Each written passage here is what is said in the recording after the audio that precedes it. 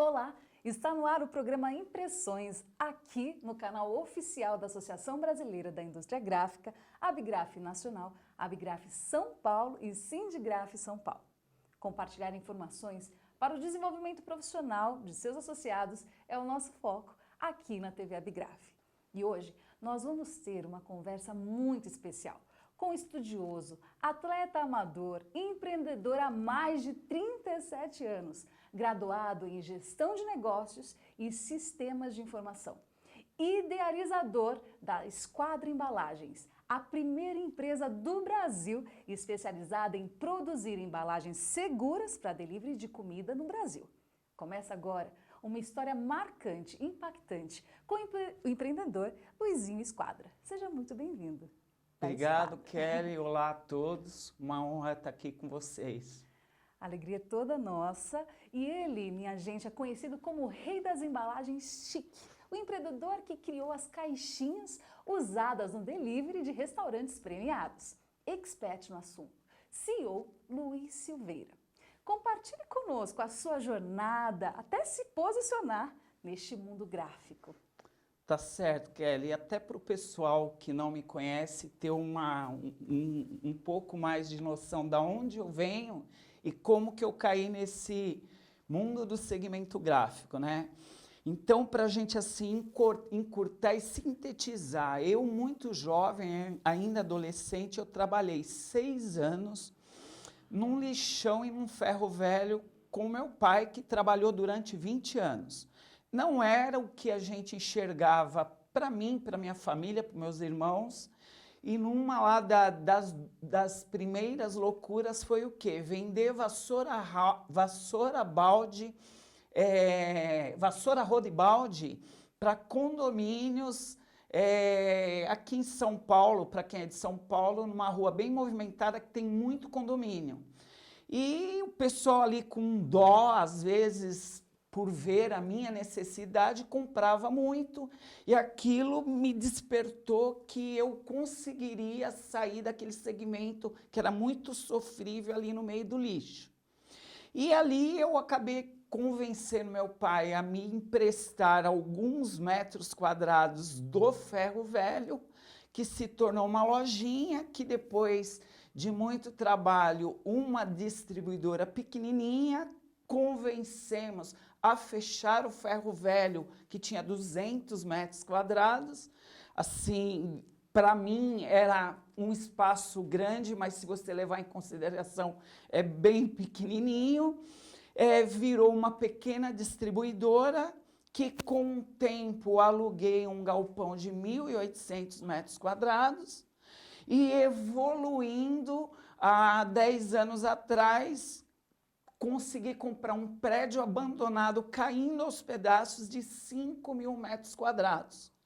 E 5 anos atrás, como cliente, pedindo um delivery de comida de um restaurante bem famoso em São Paulo, um prato com molho de camarão, chegou em casa e a experiência horrorosa, vazou tudo. Por quê? Veio entregue naquelas embalagens de alumínio, Marmitex, tipo quentinha, que não é uma embalagem apropriada para entregar esse tipo de comida. Foi uma experiência horrorosa, eu liguei, reclamei. Quando me falaram, Luizinha, a gente está tendo problema com a embalagem. Eu não acreditei naquilo, fui buscar na internet e a surpresa foi o quê?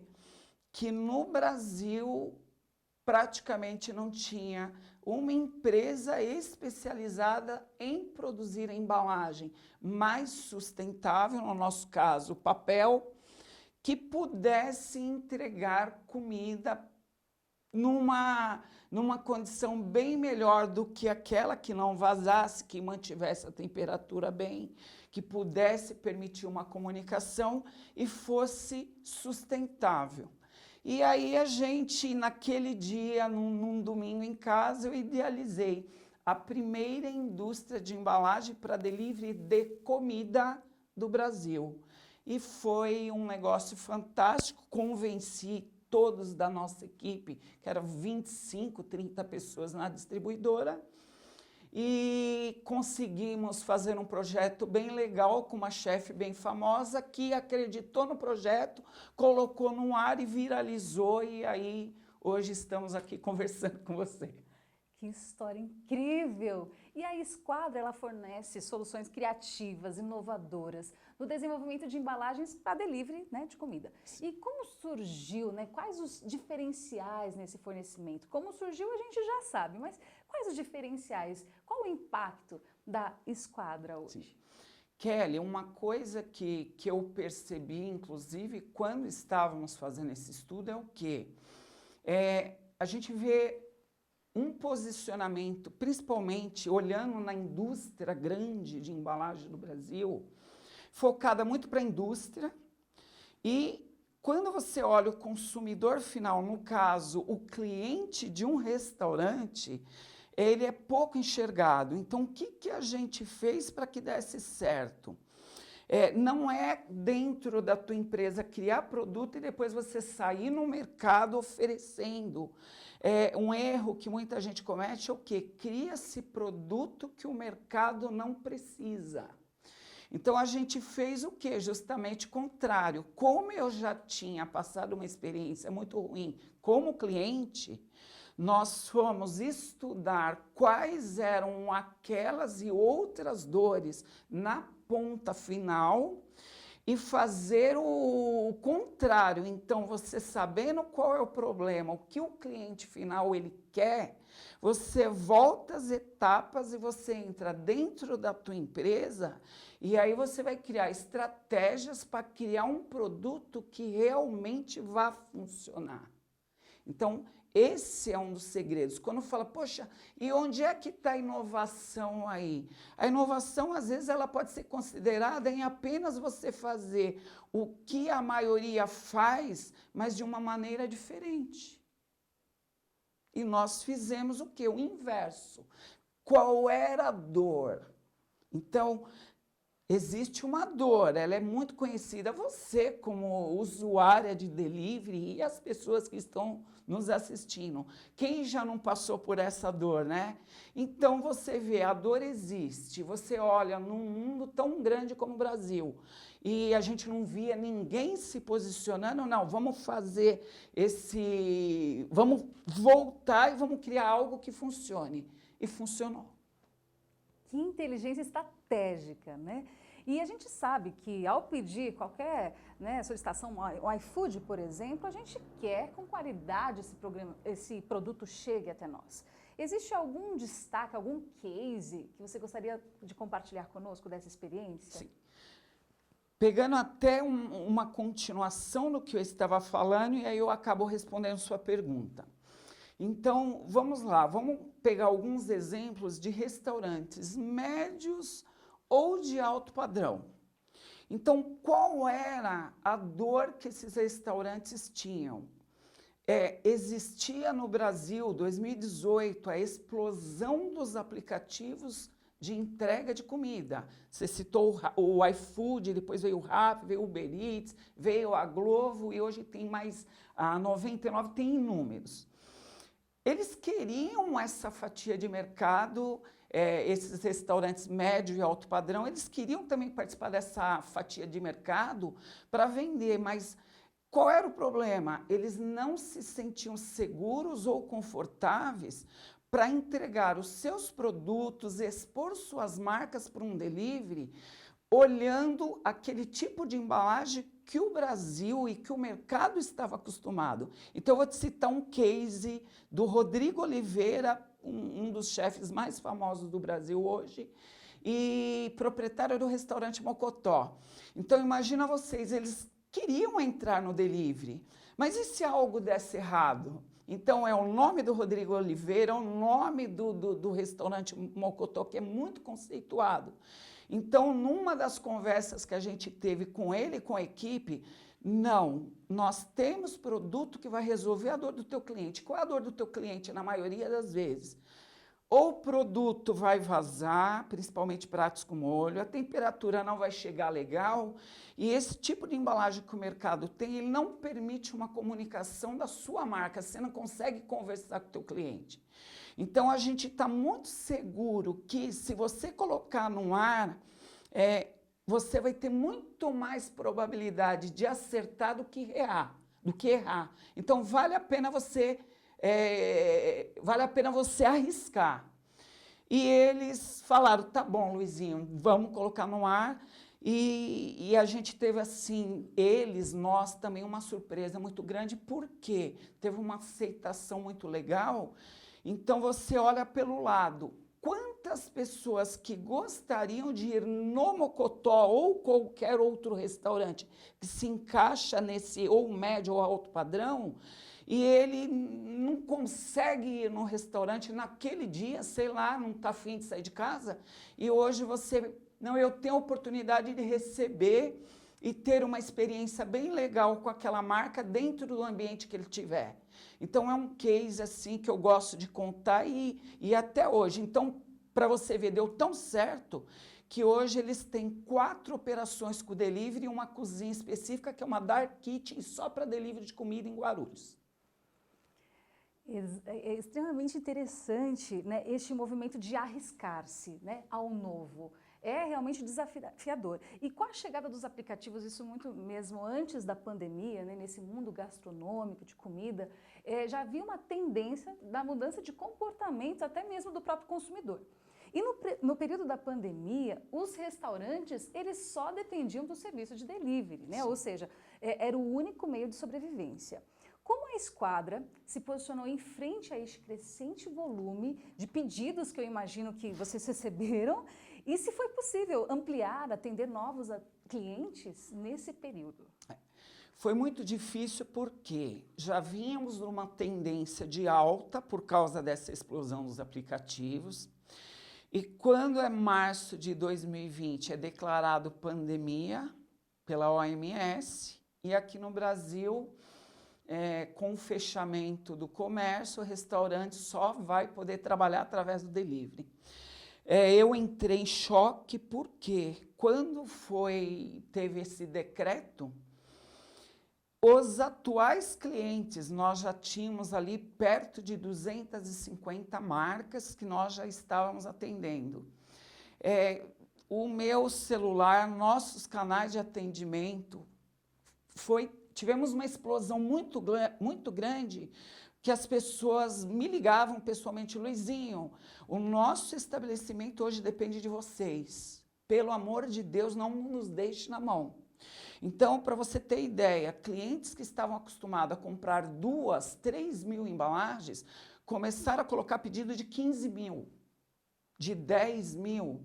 Então, a indústria, você depende de equipamentos que você não consegue ir lá e triplicar, quadruplicar a produção. O máximo que você consegue fazer é dobrar o turno, trabalhar sábado, domingo e feriado. E naquele momento foi muito difícil, porque eu tive que tomar uma decisão. Se eu começo a atender aquela demanda violenta de novos clientes nos procurando, desesperados, certamente eu não ia conseguir atender quem já estava com a gente. Então, em sinônimo de respeito aos atuais clientes, foi uma das dores que eu mais tive na minha vida até hoje. Isso não tem como esconder, era ficar 7 meses com um banner desse tamanho no ar, vendas suspensas para novos clientes. Então, isso me machucou bastante. E mesmo assim, a gente se esforçou muito e a cada semana a gente conseguia colocar 2, 3, 4 novos clientes no meio daquele monte de pedidos que chegava dos atuais. Então, foi um momento bem difícil para a gente. Inclusive, né, a pandemia já dizia um isolamento. Eu imagino os funcionários, os colaboradores, né, toda a equipe, equipagem, né, que teve que ser inserida para esse atendimento desses volumes. E, inclusive, esses colaboradores ampliou o cenário da esquadra depois disso? Em março, tínhamos 85 pessoas na equipe. Com aquela explosão, a nossa equipe, em menos de 15 dias, foi para 200 pessoas. E o mundo, o Brasil especificamente, as pessoas ficando em casa, se protegendo para não serem contaminadas. E nós, dentro da fábrica, fazendo exatamente o contrário, trazendo mais gente. Teve até pais de alguns colaboradores que me ligaram: Luizinho, todo mundo está ficando em casa e minha filha, meu filho vai ter que trabalhar. E aí eu tive que fazer um comunicado, principalmente para o pessoal da nossa equipe, levar para os familiares, para que eles tivessem a compreensão que, para você estar em casa, a maioria das pessoas do Brasil estar em casa, alguém tinha que trabalhar. E nós fomos uma daquelas pessoas. Então, a gente triplicou o cuidado, a gente separou as equipes, a gente colocou divisão. Todos os EPIs, todas as normas de segurança e proteção, para que nós não para que a nossa equipe não fosse contaminada. E graças a Deus a gente passou todo esse período, a gente ajudou muito empreendedores que precisavam daquele produto, a gente foi conseguindo colocar no ar e a gente não teve nenhuma perda, graças a Deus. Com louvor, inclusive, né? E debruçados Isso. sempre nessa legislação vigente, comprometidos com a preservação do meio ambiente, né? Que a embalagem é produzida sustentável. Para finalizar a nossa conversa aqui no programa Impressões, como você enxerga esse setor gráfico, né? Com tanto empenho, dedicação, né? É um case de inspiração, né? Nesse modelo de negócio. Qual que é a perspectiva de futuro? Kelly, desde quando eu falei que eu trabalhava no lixão, eu já mexia com sustentabilidade. Já era fazer com que o papel velho um dia voltasse para a indústria para virar papel novo. Ironia do destino, eu nunca imaginei que viria a trabalhar com papel novo. Então, o que eu enxergo até de tendência para os empresários do segmento? É um mercado que ele só tende a crescer. Então, se você puxar os últimos anos, a tendência é de alta, até pela mudança de comportamento que você falou, os aplicativos. Depois vem a pandemia. O que a pandemia nos deixa? Segurança. Então, hoje as pessoas não consomem, não interagem da mesma maneira que elas faziam antes da pandemia. Então, hoje se toma muito mais cuidado. Então, é o que? Investir em embalagens seguras, desde que aprovadas pela Anvisa. E um outro movimento que eu enxergo muito crescente é que o mundo, não só o Brasil, ele vem na direção que ele está falando, ser mais sustentável. Os governos estão sendo cobrados, as empresas estão sendo cobradas, os investidores estão pondo dinheiro em quem pratica mais sustentabilidade. Então, até por força de legislações que alguns municípios já têm. Então, na cidade de São Paulo, já existe uma lei que proíbe o delivery de comida em embalagens plásticas. Ainda não há multa porque a lei não foi regulamentada, mas será. Então, por força de legislação, materiais mais sustentáveis, no nosso caso, que é o que eu conheço, o papel, a tendência é de uma crescente sem fim. Então, desde da mudança de comportamento e tudo que eu falei, que eu só enxergo oportunidade, até por força de legislação, imagina você essa mudança gradual que vai ter que ser feita de produtos eventualmente não tão sustentáveis para uma solução, por exemplo, em papel. Então, hoje, embalagens 3 divisórias que a gente vê em qualquer estabelecimento, é tudo de plástico isopor ou marmitex. Isso vai ter que virar papel. Então, olha o tamanho da oportunidade crescente que o micro ou o empreendedor ou o grande empresário ele tem pela frente. Então, eu enxergo aí essa oportunidade e uma tendência muito grande. Olha, foi uma honra, uma alegria saber melhor a tua história. Tenho certeza que quem está nos acompanhando é uma história, uma pedagogia do exemplo, né? Um modelo realmente de negócio. Muito obrigada. Eu que agradeço, Kelly. E se alguém quiser saber mais alguma coisa, é só me procurar nas redes sociais, Luizinho Esquadra.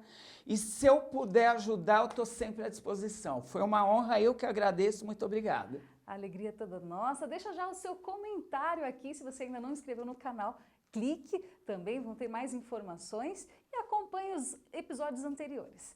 Aguardo e espero por você no próximo programa Impressões. Até lá, tchau, tchau!